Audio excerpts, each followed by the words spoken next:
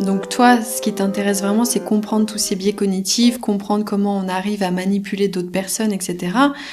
Concrètement, dans ton travail de détective, les gens qui se font manipuler, c'est pas eux qui viennent te voir.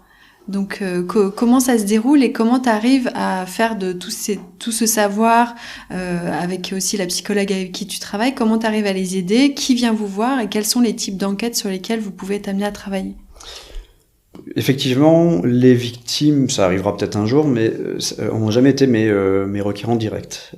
Les requérants directs, la plupart du temps, en effet, c'est typiquement une famille qui s'inquiète sur un proche qui s'est embarqué dans un truc X ou Y, quelle que soit la matière, mais qui constate un changement chez cette personne, c'est-à-dire un changement qui est pas forcément hyper brutal, qui est très radical, très important et qui a été progressif. Donc ils ont senti cette progressivité et le fait que leurs proches leur échappent, quoi. Donc parfois même je suis confronté à des familles qui sont carrément en rupture, hein, avec par exemple leur enfant d'une vingtaine d'années qui est parti dans un groupe X ou Y. Comment tu arrives justement à faire la part des choses et à savoir si c'est légitime leur demande? Parce que peut-être que les parents et les enfants, ils sont en guerre pour une raison légitime de la part de l'enfant. Enfin, c'est ça qui est difficile, c'est que nous, on sait pas ce qui s'est vraiment passé.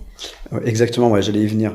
Alors, il s'avère qu'en effet, les gens, en plus, se retrouvent seuls face à ce phénomène, parce qu'en France, il y a une notion qui s'appelle le consentement, et quand les gens sont adultes, ils prennent les décisions qu'ils veulent. Donc, sauf à laisser une ardoise, etc. Bon, voilà, mais en France, on fait ce qu'on veut, on peut même disparaître si on veut. C'est pas interdit de disparaître. On peut disparaître sans laisser de traces, du moment qu'on laisse pas derrière des obligations ou des dettes. Donc, les gens qui sont inquiets pour un proche qui part comme ça dans une croyance vont essayer d'abord d'alerter par exemple les services de police et on va leur dire il fait ce qu'il veut, quoi, il est majeur, ok.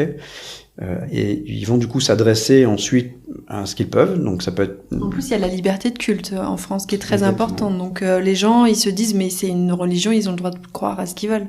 C'est exactement ça, ouais. État laïque, bon, en plus, voilà, avec toute une base de liberté d'aller et venir, liberté d'expression, liberté de croyance, etc., etc.